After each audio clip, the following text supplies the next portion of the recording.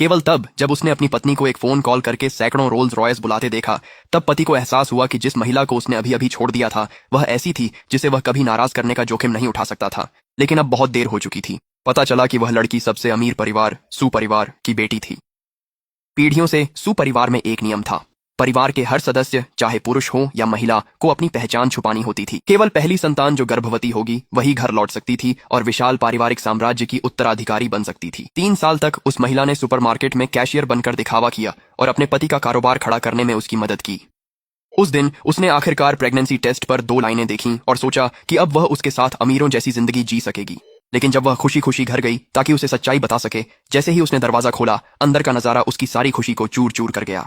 Dining table पर उसके पति की पहली प्रेमिका बैठी थी और भले ही उसे पता था कि उसकी पत्नी वापस आ गई है, उसने ऊपर देखना तक जरूरी नहीं समझा और सीधे तलाक की मांग कर दी। हम अब तलाक के लिए अर्जी दे सकते हैं। महिला ने कुछ नहीं कहा। उसने जल्दी से प्रेगनेंसी टेस्ट छुपा लिया और चुपचाप उसके लिए अफसोस महसूस किया। बस इसी तरह वह उस अमीर दुनिया से चूक गया जहां वह कभी पहुंच ही नहीं सकता था। आदमी ने उसे याद दिलाया कि तलाक के कागज कॉफी टेबल पर रखे हैं। उसने उन कागजों पर नजर डाली और देखा कि घर और कंपनी के शेयर सब कुछ उसे मिल जाएगा, जबकि उसे सालाना सिर्फ 10,000, कुल मिलाकर 30,000 ही मिलेंगे। उस पल उसके दिल में कोई भावना नहीं थी। उसने बिना किसी झिझक के तलाक के कागजों पर दस्तखत कर दिए। इसी बीच आदमी अपने फोन को निकालने के लिए बेताब था और उसने उसकी कॉन्टैक्ट नेम को पत्नी से वापस उसके असली नाम में बदल दिया।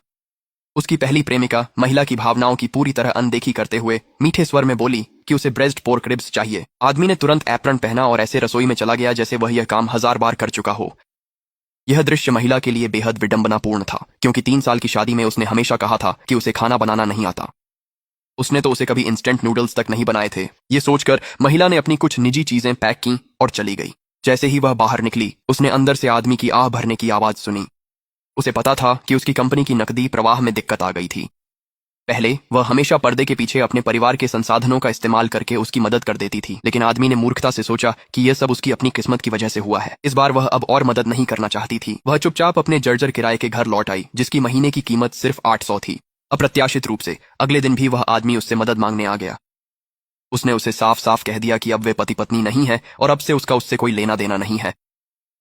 इतना कहकर उसने बिना किसी हिचकिचाहट के फोन काट दिया। उस दोपहर जब वह महिला अस्पताल में प्रसव पूर्व जांच के लिए गई थी, तो उसकी मुलाकात अनायास ही उस आदमी की पहली प्रेमिका से हो गई। आज बीमारी को दूर करने का दिन है। 3 गुलाब, 1 दर्द दूर करने के लिए, 2 विपत्ति दूर करने के लिए और 3 दुर्भाग्य दूर करने के लिए।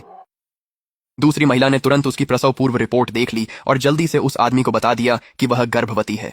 वह आदमी सीधे उस महिला के किराए के घर पहुंचा और उसे चेतावनी दी कि वह बच्चे का इस्तेमाल उसे धमकाने के लिए न करे। फिर उसने $50,000 में गर्भपात का प्रस्ताव दिया। इसे गिरा दो, खर्च मैं दूंगा। पर यह बच्चा वह वारिस था जिसे उसने बड़ी मुश्किल से पाया था। वह इसे कैसे छोड़ती?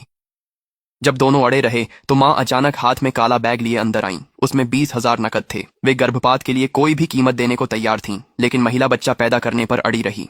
यह देखकर आदमी ने तुरंत धमकी दी कि अगर उसने बच्चे को जन्म दिया तो वह कस्टडी के लिए मुकदमा करेगा और बच्चे को उससे छीन लेगा। वह यह सुनिश्चित करेगा कि वह फिर कभी बच्चे को न देख सके। कोई और रास्ता न देखकर महिला ने वह नंबर मिलाया जिसे उसने 3 साल से संपर्क नहीं किया था। पापा, मुझे लेने आ जाइए, मैं रास्ते में हूँ। जल्द ही बिल्डिंग के नीचे दर्जनों रोल्स रॉयस आ रुकी।